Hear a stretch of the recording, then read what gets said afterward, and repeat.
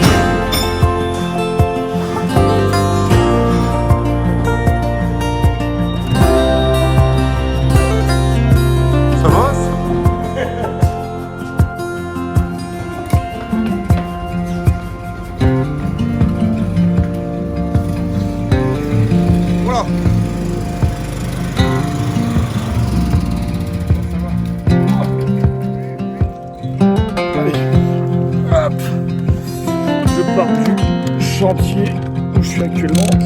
On va faire un petit débrief là-dessus. Voilà.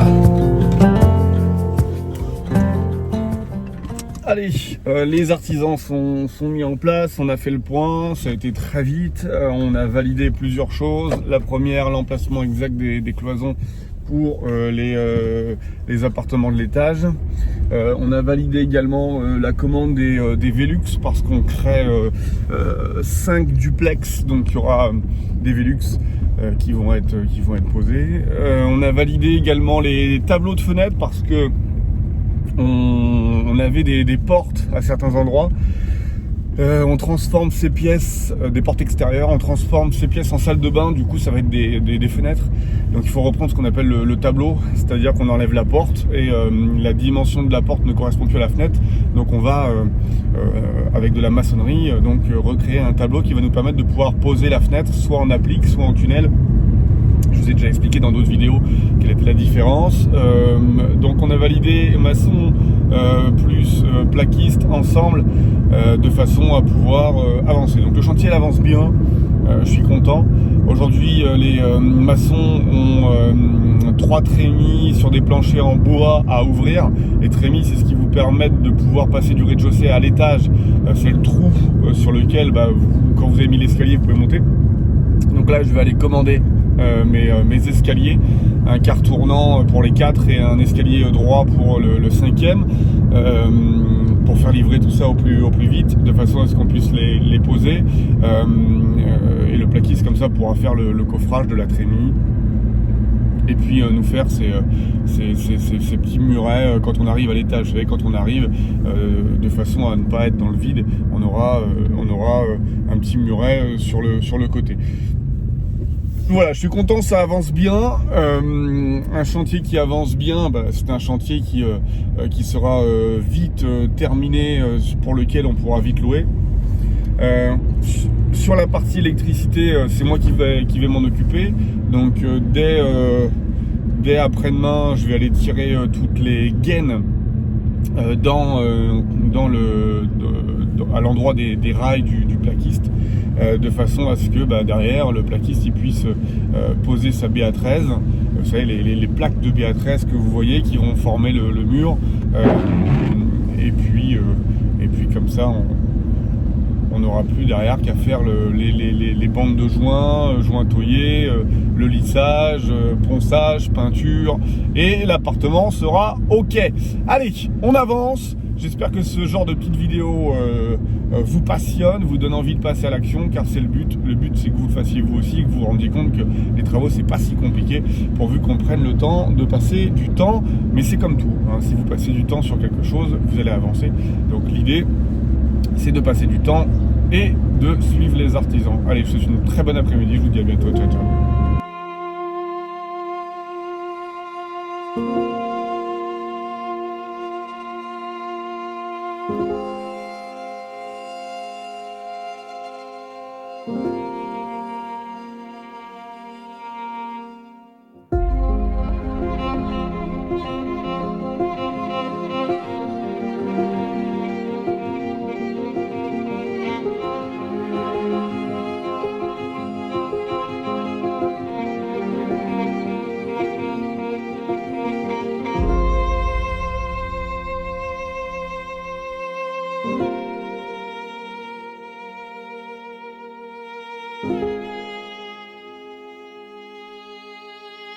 Je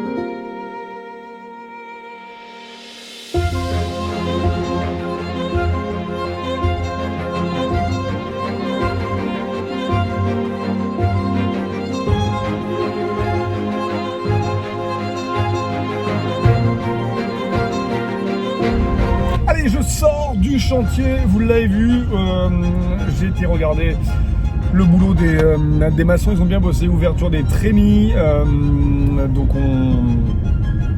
on a pu ouvrir et puis on a prévu la pose de l'escalier pour semaine prochaine, ce qui veut dire que cette partie sera faite.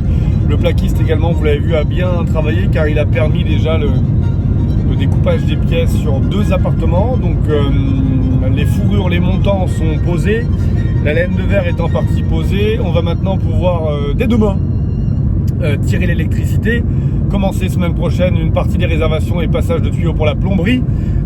Voilà, ça avance très vite, on devrait réussir à finir les 2 premiers appartements, je pense d'ici 2 mois. Les 2 premiers seront terminés, ça fait déjà 1 mois qu'on y est, donc ça avance correctement. Voilà, à suivre dans les prochaines vidéos, je vous montre tout.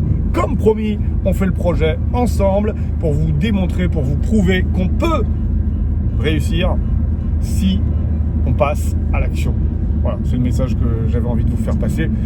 Rien n'est compliqué, encore une fois, pourvu qu'on suive le chantier, pourvu qu'on passe à l'action.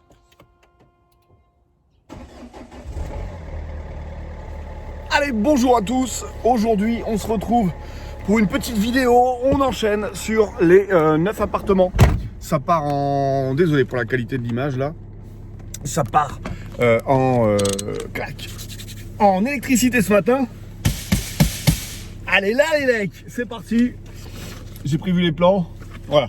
On va démarrer les 9 appartements par 2 où on va tirer les gaines, on va tirer les câbles. On va enlever la... Il a gelé, il fait 0 degré ce matin. On est samedi, il est 8h. Et tout est gelé. Voilà. Ça démarre fort. Allez, pas d'excuses, c'est pas parce que c'est gelé qu'on n'y va pas. Au contraire, c'est parce que c'est gelé qu'on fonce. On va mettre ça à fond les ballonnettes. Et puis... on file sur le chantier de façon à avancer aujourd'hui. Je vous montre tout, direction le chantier. Let's go!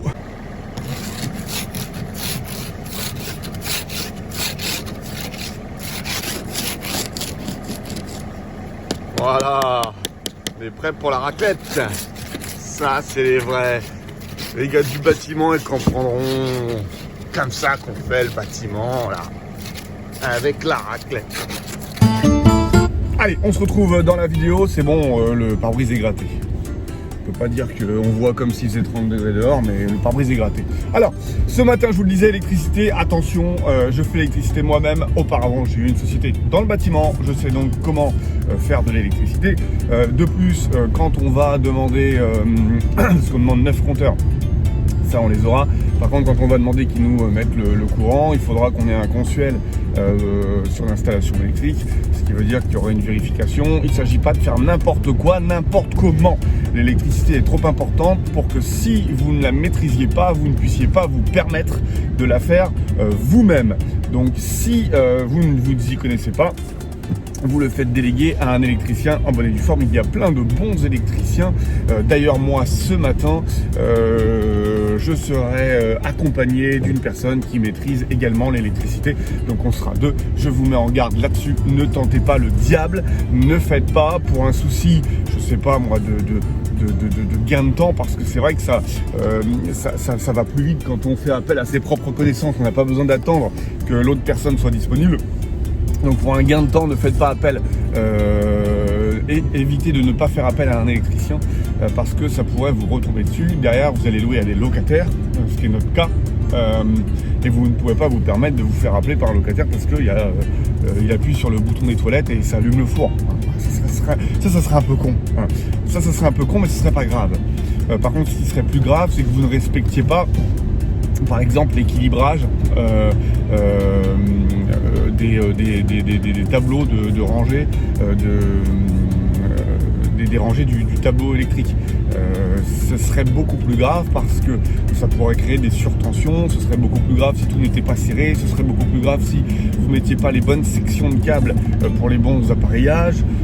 Voilà, il y a plein de choses, mais comme tout, hein, comme tout métier, la plomberie, je vais m'en occuper également. Si vous ne connaissez pas, ce serait beaucoup plus grave que vous mettiez un téléphone qui tombe, par exemple. Ce serait beaucoup plus grave que vous mettiez un tuyau de diamètre 40 pour une évacuation d'un WC. Ça, c'est grave, parce que pour le coup, ça ne marchera pas. Mais vous allez vous en rendre compte très vite, hein, au moment de tirer la chasse d'eau. Voilà, ça va... l'eau est incompressible, hein, donc ça passera pas. Voilà, donc on y va directement ce matin. On avance, je vous filme tout ça. J'espère que ça vous plaît. J'espère que comme moi, vous êtes enjoués. Nous parce qu'on avance et vous parce que ça peut vous donner des idées. Pour tous ceux qui passent déjà à l'action, bravo. Déjà, première chose, bravo. Parce que c'est pas facile. C'est pas facile. Aujourd'hui, il existe les... Je fais une petite parenthèse. Allez, c'est la parenthèse du matin. Aujourd'hui, il existe les réseaux sociaux. Quand j'ai démarré en 2001, je me sentais tout seul et j'étais tout seul dans mon coin.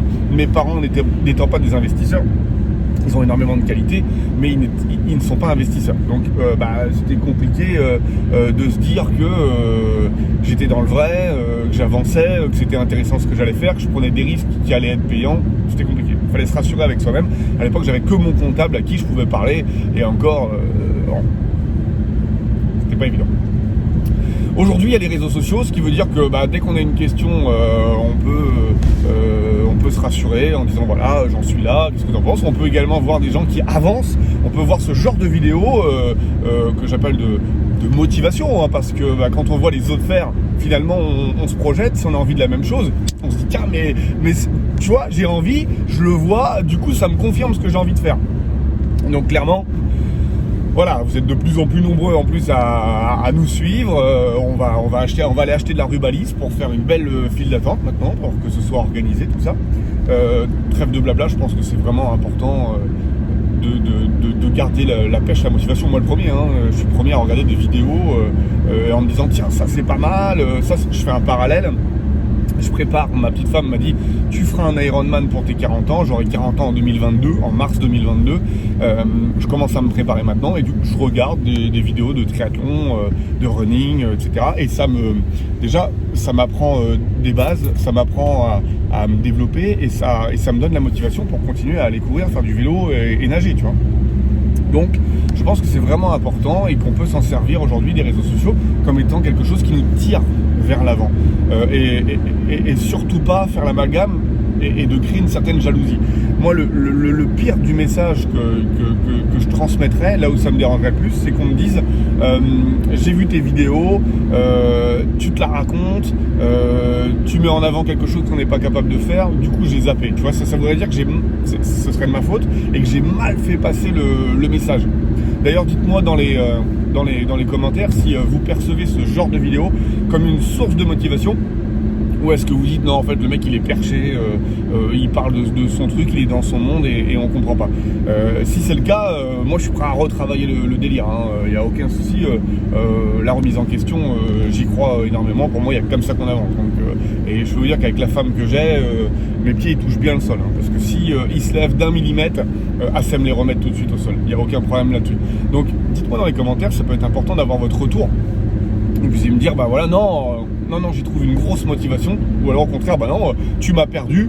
Moi je pense que je sais pas, un immeuble c'est impossible à acheter, faire des travaux c'est trop compliqué, investir dans l'immobilier c'est pas rentable. Enfin je sais pas, des questions que tu peux te poser, moi ça m'intéresse de les traiter, hein. Voilà, je suis ouvert à tout, hein.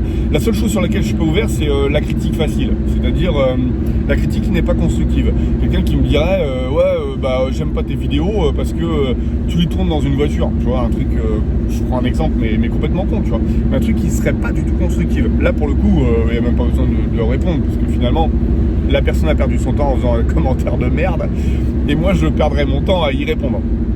Par contre, le fait de dire pourquoi t'achètes ton matos perso, quel est l'intérêt, pourquoi tu fais les travaux? Ça, c'est le genre de questions sur lesquelles je peux répondre. Tu vois, parce qu'il y a des travaux que je fais faire, et les travaux que je fais, je suis un passionné par les travaux dans le bâtiment. C'est pas pour rien que j'ai créé ma société dans le bâtiment à l'époque. Si j'aimais pas ça, je pense que j'aurais créé une boulangerie ou autre chose. Donc j'ai une vraie passion pour les travaux. C'est-à-dire que moi, tu m'emmènes sur un chantier, même si c'est pas le mien, je vais prendre des photos, je vais faire des vidéos, je vais dire pourquoi tu as fait ça, tiens, je te conseille de faire ça, qu'est-ce que tu en penses si on va là, tu vois, ça vient, c'est en moi, tu vois, c'est automatique. Peut-être toi, c'est la même chose quand tu vois un mec qui joue de la guitare, tu vois, tu te dis, ah, c'est quoi les accords, j'aime bien sa façon d'enchaîner, croche noire, je vais peut-être mettre une blanche, tu vois, solfège. Moi, c'est les travaux, tu vois, je kiffe, j'adore ça, d'avoir... allez, t'as 80 mètres carrés, t'arrives à faire dedans 2 studios et un petit couloir de partie commune, tu vois, je trouve que c'est un super challenge. Où est-ce qu'on met les cloisons, où est-ce qu'on met les toilettes, où est-ce qu'on met la cuisine pour les évacuations, les arrivées d'eau, où est-ce qu'on met l'escalier, tu vois, c'est des trucs que peut-être beaucoup de personnes se poseront jamais dans leur vie, c'est-à-dire qu'il y a des gens qui travaillent, qui kiffent leur job et qui achètent un jour un appartement ou qui le louent toute leur vie et qui se poseront jamais la question de savoir pourquoi les toilettes ils étaient là, tu vois. Et je trouve ça normal, à un moment donné, je veux dire, pas de souci. Mais moi j'adore, tu vois, même depuis tout jeune, je vais chez des gens et ce que je kiffe c'est qu'ils me disent on peut te faire visiter. Et tiens, on vient de finir la salle de bain, on vient de ah ouais ok, donc les toilettes, t'as mis les toilettes comme ça, tu les as mis ici, etc. Enfin, moi, voilà, je kiffe ce genre de contexte. J'adore me retrouver dans des optimisations d'espace. Là, dernièrement, on a été visiter un plateau qui a été divisé en 4 sur lequel il va y avoir 4 appartements Airbnb. Ils viennent de terminer, j'ai vu la déco. Waouh, je trouve que c'est génial. Il y a vraiment, on se retrouve vraiment dans une décoration atypique dans le restaurant, dans l'appartement. Tout est optimisé et ouais, je trouve ça juste génial, j'adore ça. C'est mon kiff. Voilà, je trouvais mon kiff. Et là, c'est la chasse, la pêche, le café, le PMU. Moi, c'est où est-ce qu'on met les chiottes. Tu vois, ça, c'est mon kiff. Allez, j'arrête de rigoler, j'arrête de te prendre la tête. Là. Tu dois être en train de te dire qu'est-ce qu'il me raconte, c'est quoi ce mec. Mais voilà, chacun son kiff. Je pense que le tout, c'est de l'assumer. Donc, si t'aimes l'immobilier, si t'aimes l'optimisation, si t'aimes le cash, si t'aimes avoir un max de locataires et si t'aimes les achats rentables, t'es sur la bonne chaîne. Voilà. J'ai envie de te dire, t'es sur la bonne voie, t'es sur la bonne chaîne, et tous ensemble, on va aller très très loin. Voilà. On va faire au moins 2-3 km ensemble. On est des dingues. Allez, t'as vu ce petit lever de soleil qui est là, ici? C'est pas magnifique ça? On part sur le chantier, on regarde. T'as vu? Ah, apparemment là je dis des conneries, il est plus là. Mais t'as vu tout à l'heure, je disais des trucs intelligents, du coup le soleil était là. Allez, on se retrouve sur le chantier tout de suite maintenant. Je vous filme tout dans les moindres détails. Je vous dis à tout de suite. Let's go!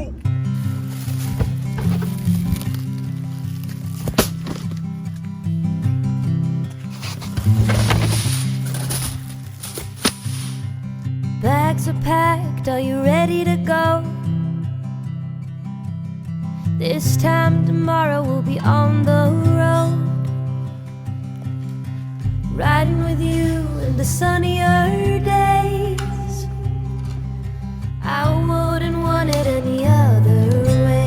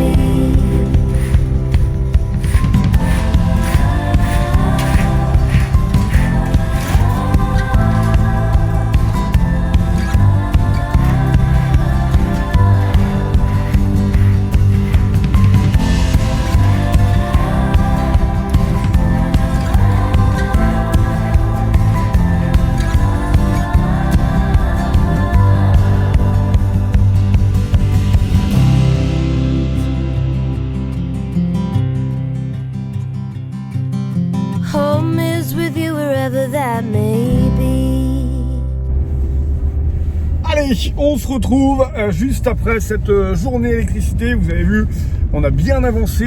Donc on a tiré l'ensemble des gaines, on a tiré les câbles également. Donc tous les deux rez-de-chaussée des deux F2 ont été tirés en termes de gaines et de câblage. Donc on a bien avancé. Maintenant, il va falloir réaliser les réservations, c'est-à-dire faire des trous entre le rez-de-chaussée et l'étage pour pouvoir monter les gaines. Première chose, pour pouvoir aller chercher là-haut le câblage de la chambre et de la salle de bain. Ensuite, il va falloir alimenter ces deux appartements via deux alimentations électriques complètement différentes puisqu'il y a deux compteurs.